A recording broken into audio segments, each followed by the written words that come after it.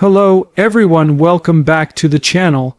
Today we're diving into a major question that's shaking up defense experts around the world. Can Israel actually defend itself against Iran's new Russian fighter jets?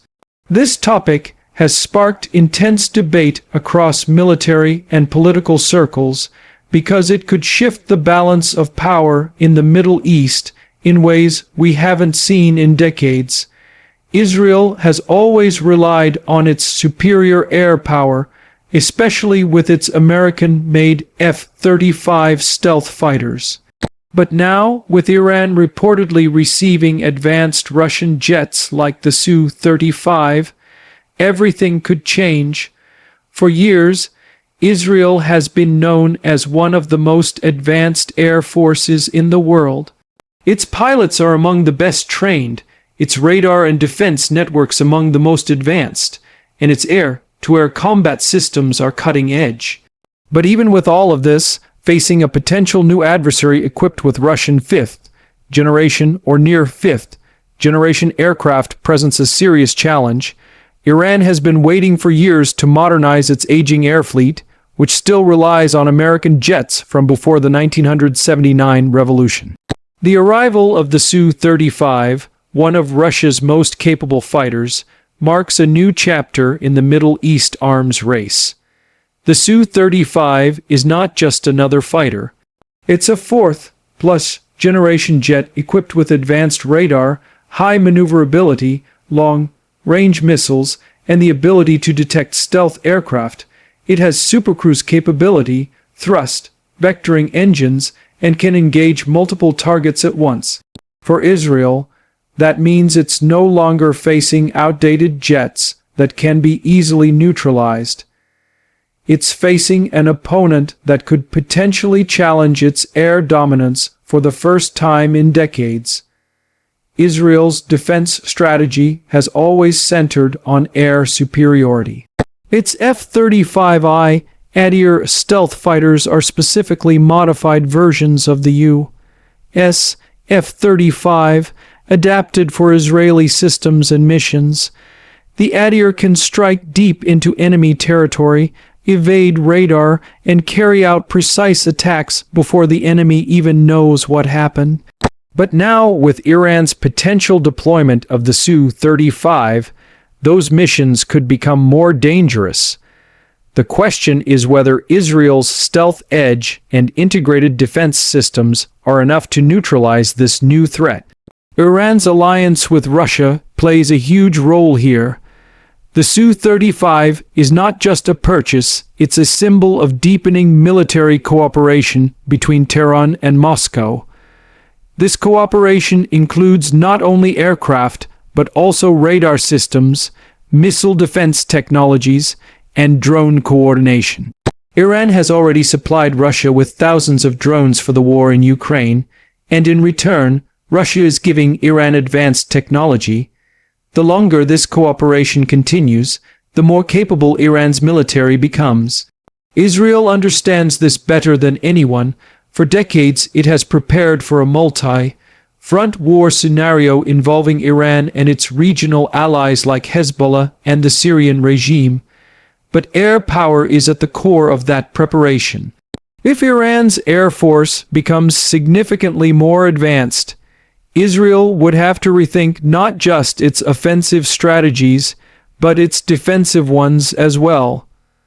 The Iron Dome and David's Sling systems protect Israel from missiles, but fighter jets are a different challenge.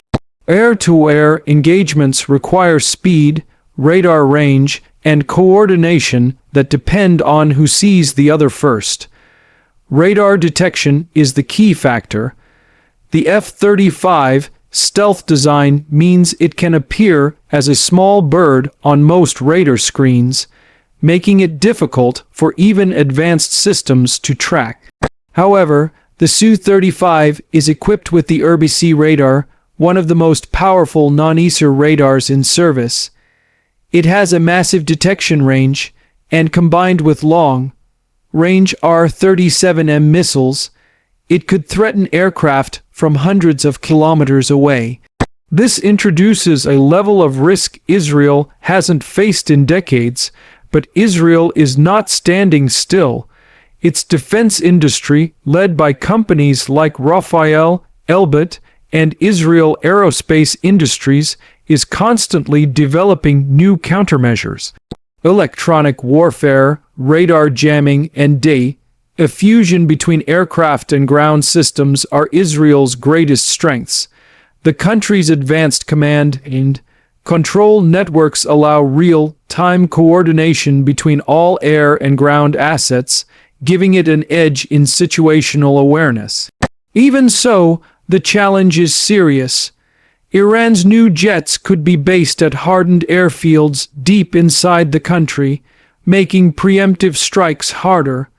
Israel would need to fly long distances over hostile airspace to reach them, requiring aerial refueling and stealth tactics. The longer the mission, the greater the risk of detection, and with Russian radar and missile systems possibly integrated into Iran's network, those risks multiply. In recent years, Israeli defense officials have openly warned about the growing alliance between Iran and Russia.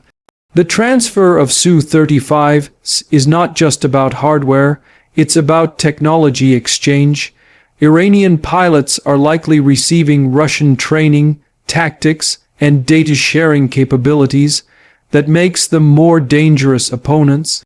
The Iranian Air Force, once seen as outdated, could now operate with advanced coordination that rivals regional powers.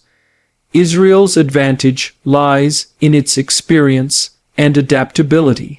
Israeli pilots have faced countless real combat situations, from dogfights to precision strikes deep inside enemy territory. They train under intense conditions that simulate real war environments. Their ability to improvise and adapt has saved them countless times. So while Iran may get newer jets, Israel's operational edge still counts for a lot. Another factor is cyber warfare. Israel is one of the top cyber powers in the world. If a confrontation ever happens, electronic disruption could play a decisive role. Disabling or confusing Iranian radar systems, communication networks, or even targeting software could neutralize much of Iran's air advantage before a single missile is fired. In modern warfare, whoever controls the digital domain often controls the battlefield. The U.S. also plays a silent but critical role. Israel's entire defense network is deeply integrated with American intelligence and satellite support. Any large-scale air conflict involving Iran would likely see the U.S. quietly feeding Israel with real-time surveillance data. That partnership gives Israel an enormous advantage that Iran can't match, even with Russian help. However, analysts warn that overconfidence can be dangerous. The Su-35 is not invincible, but neither is the F-35. In certain radar conditions, especially when backed by ground-based systems, even stealth aircraft can be detected. A single missile, properly guided, can change the course of an entire engagement. That's why Israel continues to invest heavily in upgrading its missile defense network and aerial sensors. In any potential war, the battle would not just be fought in the skies, but across multiple dimensions: radar, cyber, drones, and missiles. Iran's drones could serve as decoys, drawing Israeli fighters into traps. At the same time, Israel's air defense network would need to manage incoming threats from Hezbollah in Lebanon and possibly from Gaza. The complexity of this scenario shows why Israel's military planners are deeply concerned. Iran's strategy may not be to dominate the skies outright, but to make the cost of air superiority too high for Israel. By fielding advanced jets, powerful missile systems, and overlapping radar coverage, Iran aims to deter Israeli strikes on its nuclear facilities. If Israel hesitates even for a few minutes, that hesitation gives Iran breathing space to advance its nuclear program further. From a geopolitical perspective, this entire situation is part of a larger chess game. Russia benefits from giving Iran these jets because it deepens the rift between Israel and Moscow. In recent years, Israel has tried to balance its ties with Russia, especially concerning operations in Syria. But now that balance is breaking. The delivery of Su-35s could push Israel closer to Washington and NATO while isolating Moscow further. The Middle East has always been a region defined by military capability and deterrence. Every time one nation acquires advanced weapons, its rivals respond. When Israel introduced the F-35, it created shockwaves. Now, Iran's potential Su-35s are doing the same. The difference is that Israel's defense ecosystem is highly networked from satellites to ground radar to drone surveillance. Iran is still catching up in that area, though with Russian help, the gap may shrink. In an all-out confrontation, Israel would likely rely on speed and precision.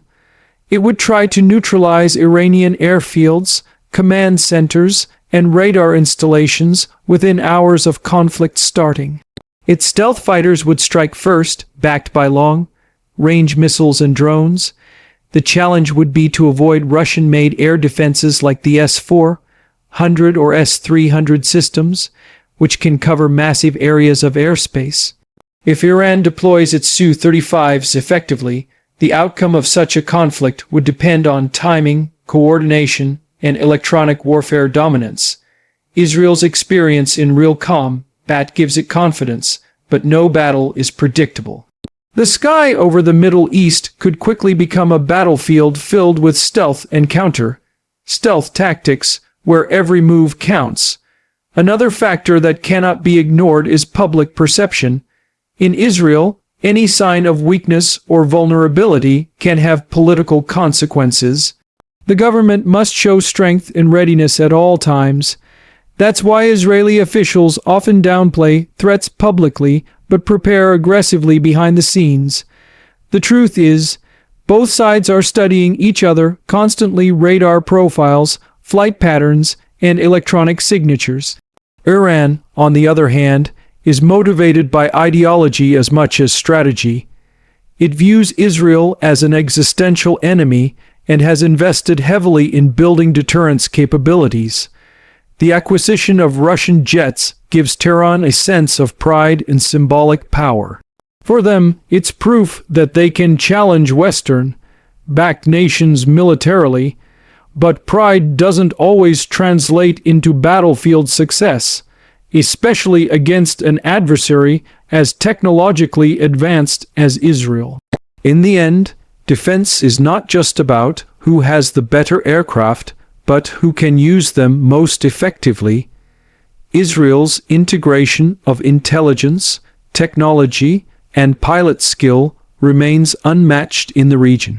Even with Russian jets, Iran still faces an uphill battle to match Israel's coordination and real-time data sharing capabilities. But the fact that we're even asking whether Israel can defend itself shows how much the balance has shifted.